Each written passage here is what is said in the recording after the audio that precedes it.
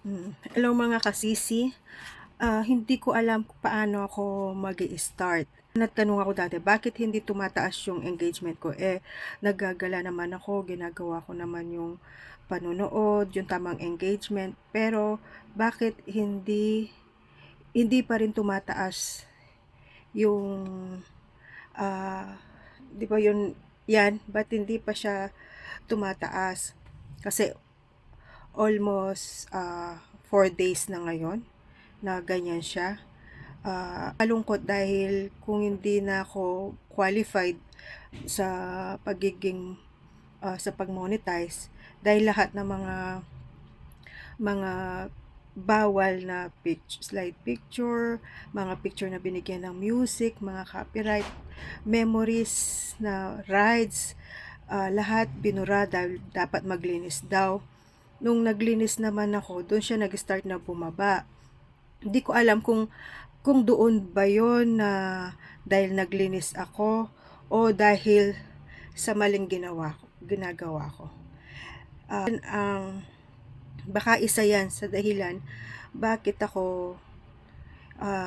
bakit hindi siya tumataas. Gusto ko man magpasalamat sa ito po kasi yung paraan para ma-appreciate ko po yung ginagawa nyo. Ah, pero kung ito naman ang dahilan para hindi po ako ma-monetize, paano ba hindi ko po alam paano ba tamang sabihin. Ang sabi kasi, nung nag-start ako na nagbibigay kasi ng star, sabi nila, bumibili daw ako ng mga followers. Pero sa akin po, hindi pagbibili yon dahil po, na-appreciate ko po yung pagpunta nyo sa bahay ko, nagko-comment kayo.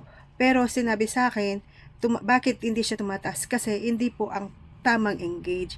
Ang tamang engage daw po, yung napanood yung video, natapos nila yung video. Ah,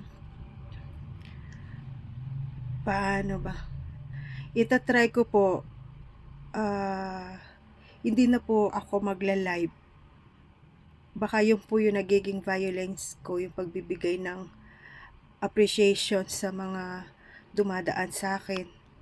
Ang gagawin ko po muna ngayon, enjoyin ko muna po yung pagpo-post ng mga video. Di ko nga po alam kung di-delete ko po ba yung mga